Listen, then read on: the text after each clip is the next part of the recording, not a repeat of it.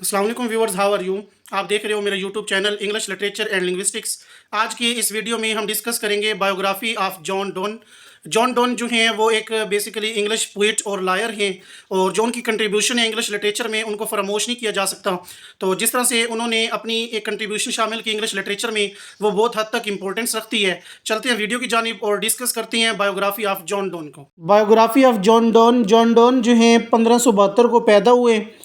1631 में उन्होंने वफ़ात पाई। Was an English poet, satirist, lawyer and cleric in the Church of England.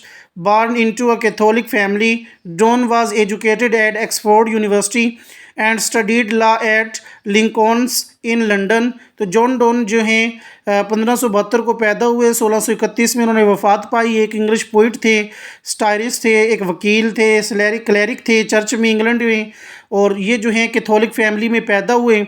Don ने एजुकेशन हासिल की ऑक्सफोर्ड यूनिवर्सिटी से, और यहाँ पे जो है लॉ स्टडी की, और उसके बाद after a period of travel and military service he entered the church of England and became known for his powerful and often controversial sermons.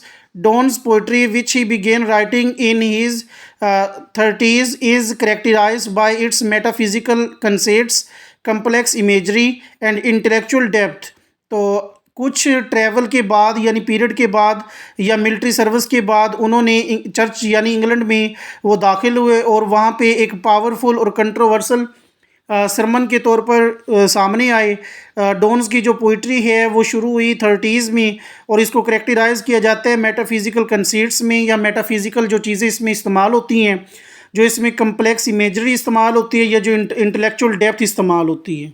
Next है हमारे पास some of his most famous poems include the flea, the good morrow, validation, forbidding mourning and death be not proud. Donne's poetry explore themes such as love, religion and mortality. तो उसकी जो famous poems हैं उसमें the flea, the good मारो, अ वैलिडिकेशन, forbidding mourning या death be not proud. तो ये death की जो पोइट्री है, जो उसमें थीम्स हमें मिलती हैं, वो लव की थीम होती है, रिलीजन की होती है, या मोर्टेलिटी की होती है। Donne was appointed Dean of S T. Paul's Cathedral in London in 1621 and remained in that position until his death in 1631. Don को डीन मतलब अपॉइंट किया गया एस.टी. पॉल्स कैथेड्रल लंदन में 1621 में, और वो इस पोजीशन तक रहे 1631 तक, उसकी डेथ तक। His work had a profound influence on later poets such as Andrew Marvell and T S. Eliot, and he is considered one of the most important figure of the English Renaissance. तो Donne जो हैं उनका जो work है उसने influence किया बहुत से जो पोइट्स हैं, उसमें एंड्रयू मार्वल हैं या टी.एस. इलियट है, और उनको समझा जाता है इंग्लिश रेनेसां में एक इम्पोर्टेंट फिगर के हवाले से।